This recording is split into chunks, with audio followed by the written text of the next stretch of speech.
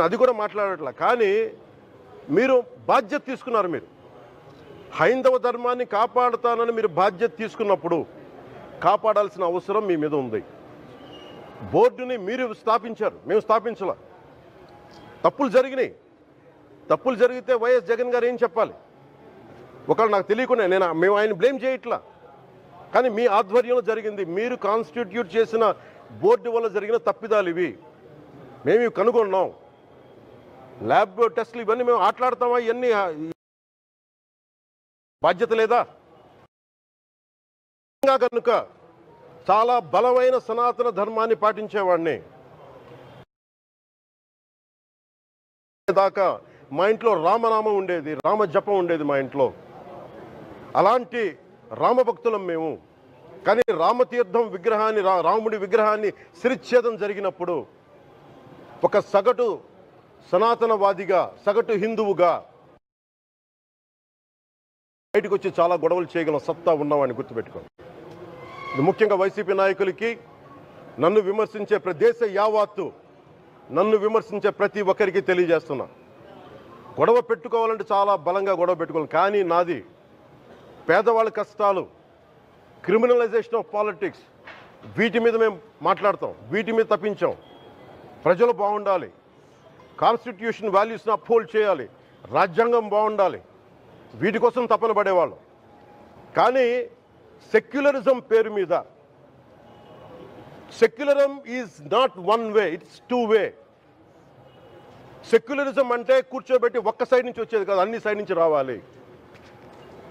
ఇది చాలా ఆవేదన కలిగిస్తుంది. కొన్ని దశాబ్దాలుగా చూస్తున్నారు ప్రతి హిందువు. దీంట్లో మిగతా మతాల ప్రస్తావన కంటే కూడా నేను ఎక్కువ ప్రస్తావన చేస్తుంది హిందూ ధర్మాన్ని పాటించి, వాళ్ళు వ్యక్తిగతంగా పాటించి బయటకు వచ్చేటప్పటికి మీడియా వారి కోసమో లేదంటే ఇంకొంత ఎవరైనా సాటిస్ఫై చేయడం కోసం తెలియదు, కానీ సాటి హిందువులు తోటి హిందువులను తిడుతూ ఉన్నారు. ఇది చాలా ఆక్షేపణీయం.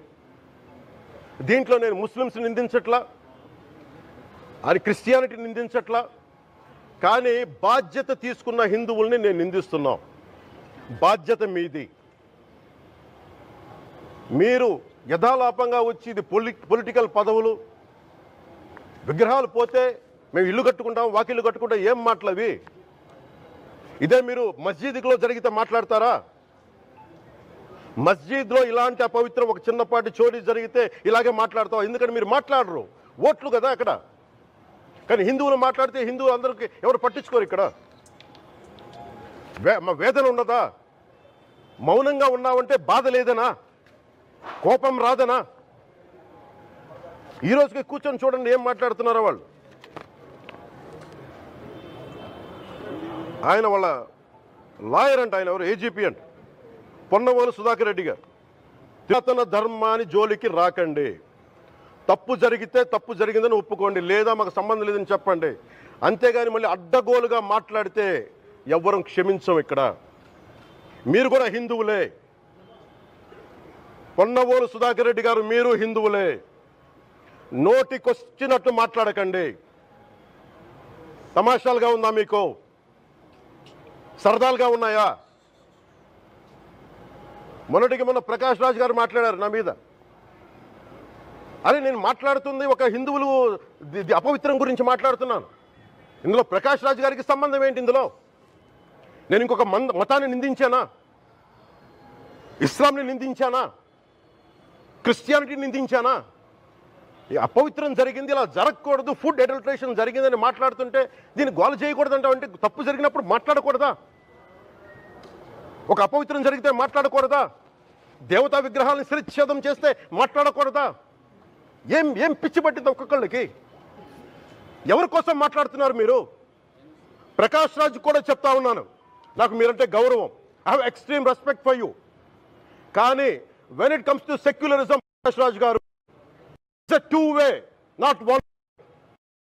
I have extreme respect for you. You know that. మీరు secularism is all, it is not way. హిందువుల మీద దాడినప్పుడు వచ్చి మాట్లాడటం. నేను రైతులకు ఇచ్చాను, ఎంతమంది ముస్లిం ఇస్లాం రైతాంగానికి ఇచ్చాను నేను. ఇదే ఎన్ని మద్రాసాలకి డబ్బులు ఇచ్చాను నేను, 25 లక్షలు 30 లక్షలు ఇచ్చాను, ఇచ్చినవాడిని నేను. నాకు అన్యమతం ఇస్లాం మీద గౌరవం ఉన్నవాడిని, క్రిస్టియానిటీ మీద గౌరవం ఉన్నవాడిని, చిన్నప్పటి నుంచి కూర్చొని మిషనరీ స్కూల్లో చదువుకున్నవాడిని. నా టీచర్ చెప్పే సూక్తి, తను తగ్గించుకున్నవాడు హెచ్చింపబడినని చెప్పి బైబుల్ సూక్తిని ప్రతిసారి కోట్ చేస్తూనే ఉంటాను.